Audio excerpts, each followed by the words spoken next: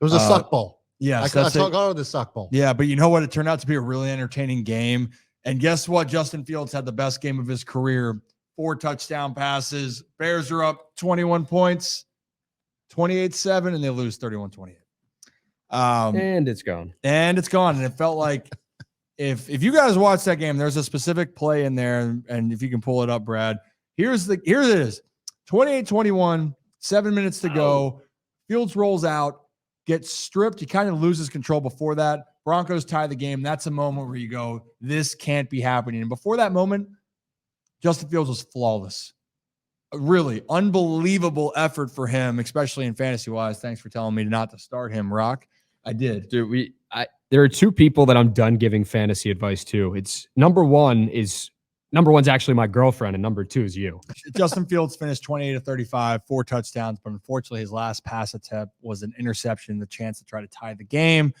And I really felt bad for Justin Fields. I really do. But unfortunately, it was 2 moments right there. The fumble was devastating. On the other side, Russell Wilson, 21 of 28, 223 yards, 3 touchdowns. The Broncos have had their moments. They had a chance to win 3 games and then obviously got a 70 burger on them.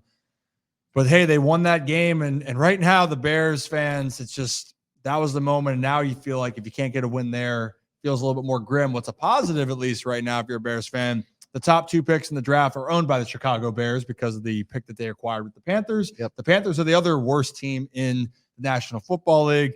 But I do love the progression of Justin Fields as far as that game. Bro, that locker room is still a mess. Chase Claypool was asked not to come back. Did you see that? Yeah. And like, what?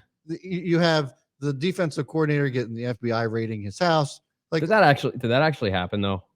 Whether it did or didn't, by the way, he was asked not to come back either. Like, so the coach resigned. Let's just put it this way: like the fact of any publicity right now that is not talked about with just on-field play is a problem. That's number one. So then there's distractions there with the coaching staff. There's distractions with Chase Claypool because he's frustrated with his role and the team's frustrated with him. And then on top of it, the Chicago Bears have now lost 14 straight games dating back to last season. By the way, ever since Roquan Smith left the team, they haven't won a game.